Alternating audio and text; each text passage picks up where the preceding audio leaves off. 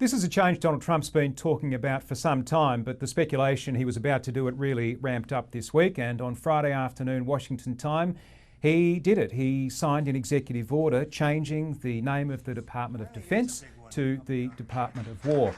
It's actually a change back to the department's original name as it was established under America's first president, George Washington. And that's how it stayed until after World War II, until it was changed to the Department of Defense in 1949. And that was really a reflection of where America was at the time. Like most countries that had fought in World War II, it was sick of war, it was entering the nuclear age and looking to a future hopefully more free of war, focused more on preventing conflict than engaging in it. Well, of course, that didn't turn out to be the case. There was no more World War, but America has been in plenty of conflict since then.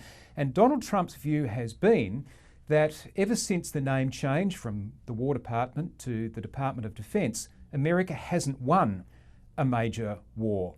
So he, as we know, is very focused on branding. He's decided that it's time to change the name back to the Department of War, sending a message. An interesting choice, it should be said, for someone who was very clearly campaigning to become a recipient of the Nobel Peace Prize.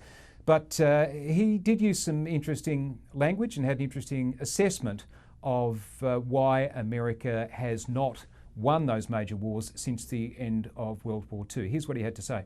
We were very strong, but we never fought to win. We just didn't fight to win.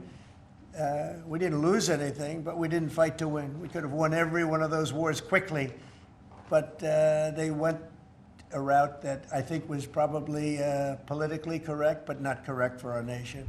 So I think the Department of War sends a signal. Yeah, please. So as I say, Donald Trump signed this executive order around 4 o'clock on Friday afternoon local time. It really, until then, the major story of the day here in the United States had been the job figures that were released first thing this morning, and they are not good. What they showed is that the US economy added just 22,000 jobs in the last month. That was well below expectations. The market dipped on that news.